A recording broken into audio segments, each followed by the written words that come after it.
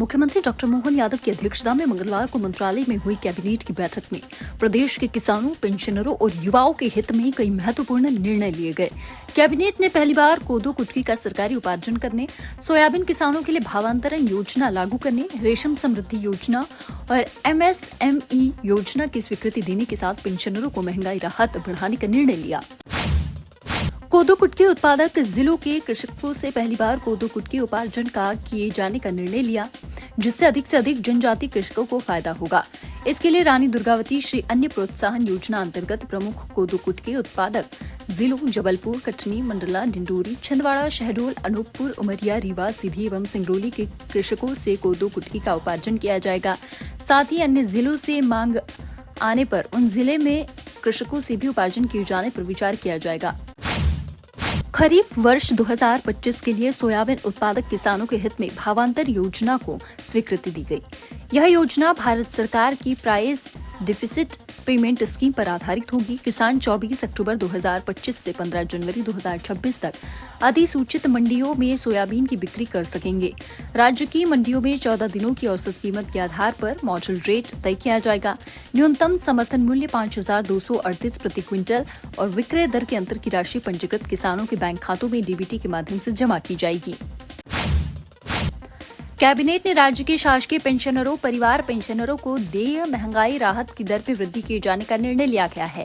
राज्य के पेंशनरों, परिवार पेंशनरों को वर्तमान में देय महंगाई राहत 7वें वेतनमान अंतर्गत 53% एवं 6वें वेतनमान अंतर्गत 246% में 1 सितंबर 2025 से वृद्धि की जाकर कुल महंगाई राहत 7वें वेतनमान अंतर्गत 55% तथा 6वें वेतनमान अंतर्गत 252% किए जाने का निर्णय लिया गया। इसके साथ ही सरदार पटेल कोचिंग प्रशिक्षण योजना 2021 में नए प्रावधान जोड़े गए हैं। अब वित्तीय वर्ष 2025-26 और 26-27 में पिछड़ा वर्ग और अल्पसंख्यक वर्ग के 5,000 युवाओं को विभिन्न रोजगारोन्मुखी प्रतियोगी परीक्षाओं की निःशुल्क कोचिंग दी जाएगी। भोपाल में आयोजित 5वें राज्य स्तरीय स्वच्छता सम्मान समारोह के दौरान मुख्यमंत्री डॉक्टर मोहन यादव ने कहा कि प्रदेश के सभी नगरीय निकाय कचरा प्रबंधन को लेकर सकारात्मक सोच के साथ काम करते रहेंगे। उन्होंने इस मौके पर जबलपुर, इंदौर, भोपाल, उज्जैन, देवास नगर निगमों समेत शाहगंज नगर परिषद और बुधनी नगर पालिका को उत्कृष्ट कार्यों के लिए सम्मानित किया। समारोह में मुख्यमंत्री ने अमृत योजना के अंतर्गत 5,364 करोड़ रुपए की लागत से संचालित होने वाली जयप्रदाय, सिवरेज, हरित क्षेत्र और अधोसंरचना विकास से जुड़ी परियोजनाओं का शिलान्यास और लोकार्पण किया। इस भव्य समारोह के साथ साथ स्वच्छता समग्र कार्यशाला का भी आयोजन हुआ, जिसमें प्रदेश की वायु गुणवत्ता, शहरी स्वच्छता और लिगेसी वेस्ट जैसी जटिल समस्याओं पर विशेषज्ञों ने चर्चा की। कार्यशाला के पहले सत्र में आयुक्त संकेत भोडम्वे ने राज्य में स्वच्छता की वर्तमान स्थिति और आगे की रणनीतियों पर विस्तार से जानकारी दी। मुख्यमंत्री डॉक्टर मोहन यादव ने आज कहा कि प्रधानमंत्री नरेंद्र मोदी की प्रेरणा से राज्य सरकार स्वदेशी को बढ़ावा देने के लिए लगातार काम कर रही है। उन्होंने कहा कि स्वदेशी को हमें अपने रोजमर्रा के जीवन का हिस्सा बनाना चाहिए। मुख्यमंत्री भोपाल के अपेक्स बैंक परिसर स्थित समन्वय भवन सभागार में आत्मनिर्भर भारत संकल्प अभियान के तहत आयोजित दक्षिण पश्चिम विधानसभा के सम्मेलन को संबोधित कर रहे थे।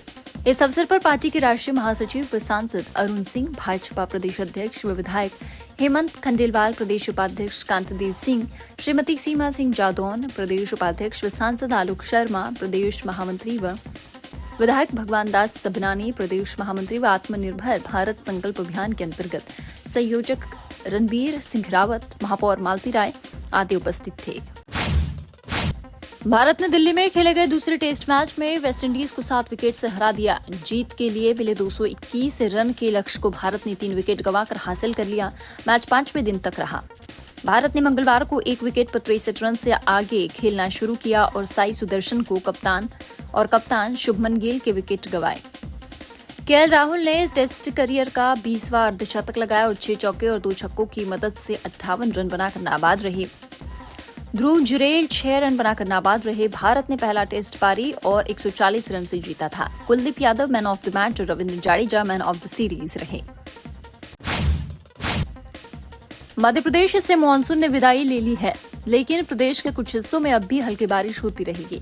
ठंडी हवाओं और गिरते तापमान ने अक्टूबर की शुरुआत को सुहाना बना दिया।